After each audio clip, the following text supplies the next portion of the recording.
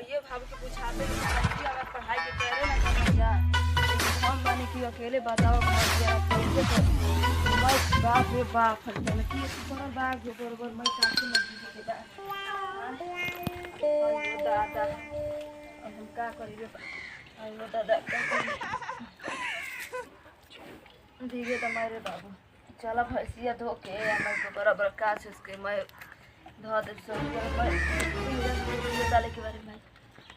कुटी उटी डाल दे हम का हो का करतड़ फोन करके बोला दलुआ है जी ई का करतड़ू गोबर काटे तो छोड़ा ना ये सब तारा जी में काम बा तो का करें चलो वो हाथ हो तो धो के आ चलो कुछ बोल बतिया लिया या फिर टाइम नहीं थे का बोल बतिया लेबो अच्छा तू ही बताव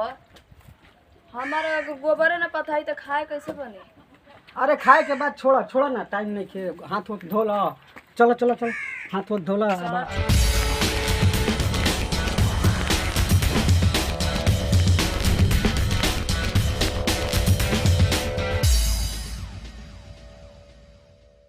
ठीक है बात हम थोड़ा हम काटते रही तो हर एक होता सबसे पहले आई आओ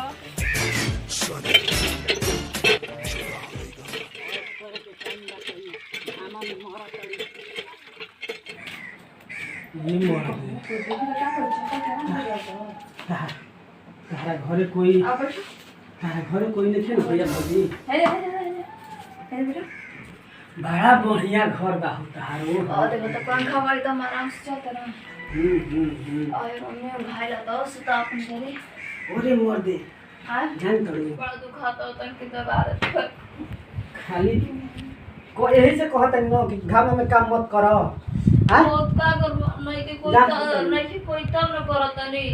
जान तड़ू हां बोला जब तू घामा में काम चले कर वाला तो है अब चले आता ये तरह के सुते तो चुकला करती और हाई बड़ा है ना कर ऐसे अब दवा अब की बची तू जब घामा में काम करे न तो हमार बुझाला न कि एकदम हम का कहीं खूब खिस बरला हमार काट में रही बिना फसलेट के तो रही ना फैसिलिटी में रह तड़ू आ गोबर खाछा तड़ू हो घामा में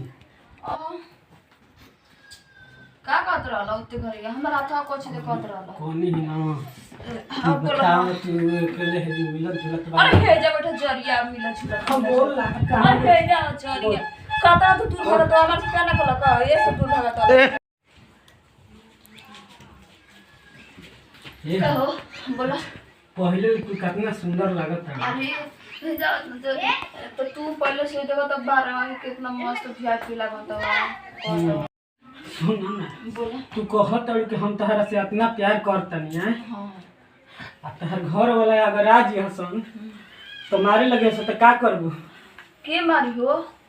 बचा लेबू ना के तारा के तो ये खरोच ना आवे दे हम हमारे के भर के मार तो सन हम ठीक बानी यही से ना मारिए सन तू हमारा एकदम पूरा बिल्कुल भरोसा रखा ठीक ना हमारा रात तरह की मारी कहो ना कौन ठीक बा दादा ना सुनो जब हम दोनों राजी त का करिए बगल वाला काजी कहो हां सही गला एक नंबर के तो अब कटे रहा था टेंशन नो फ्री हां आई राम ठीक तो बोला और बतियाए खाते ना बोला का कौन ही के डर लागत रहता तहर भैया से भैया ना हो ना भी हो भैया ना भैया गइल बना अपन लेके भाभी के गावे ना हां बना ससुरारी गइल बना अभी नहीं हम जाऊ हम ना तो अच्छा वीडियो बनावे ला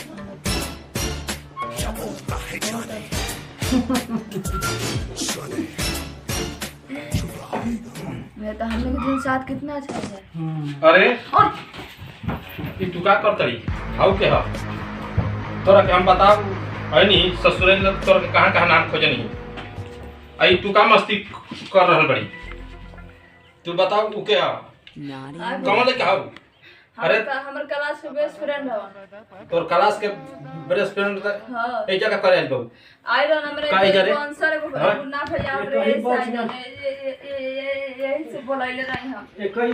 ही बैच में हमनी के पढ़े जाए तो तनी बताओ तू हमर नाक ना भैया कटवा देबी ओइसे कोनो बात नहीं के भैया हम घर के बोलाइले रही ना कि ये हमारा ये तू ना किया तो हमके बता दिया तो ये बताए हम ना रही तबे तू कहू के बोलावली। भैया तू गलती मत सोच, हमनी के गलती के काम नहीं खी देखा भैया भैया हमके मोबाइल चलात रहे एके बैच में पढ़ल जा। और हम जानता नहीं एक बैच में तोहनी के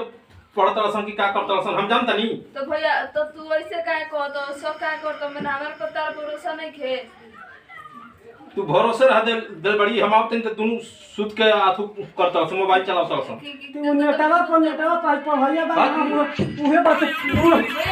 भैया सुनो ना भैया सुनो ना हां सुनो ना सच सुन ले उहे बताओ तोरा नियो। कुछ कहला नहीं खाना बताओ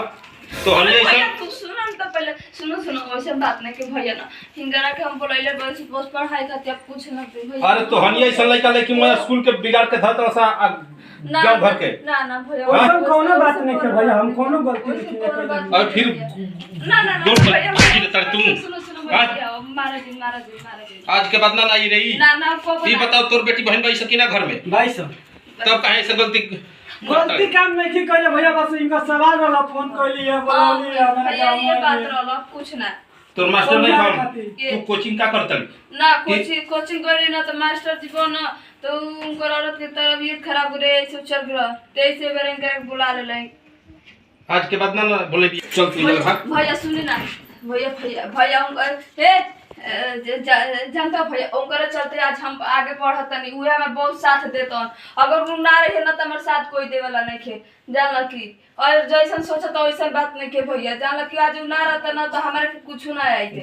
हां रे लड़का संस्कारी बुझाता है हमारा, लड़का लेकिन हम वैसा ना ही बच्चे हम गलत भैया। सोचते नहीं। बोला उनका के हे आई का दे ए सुनो ए बच्चावा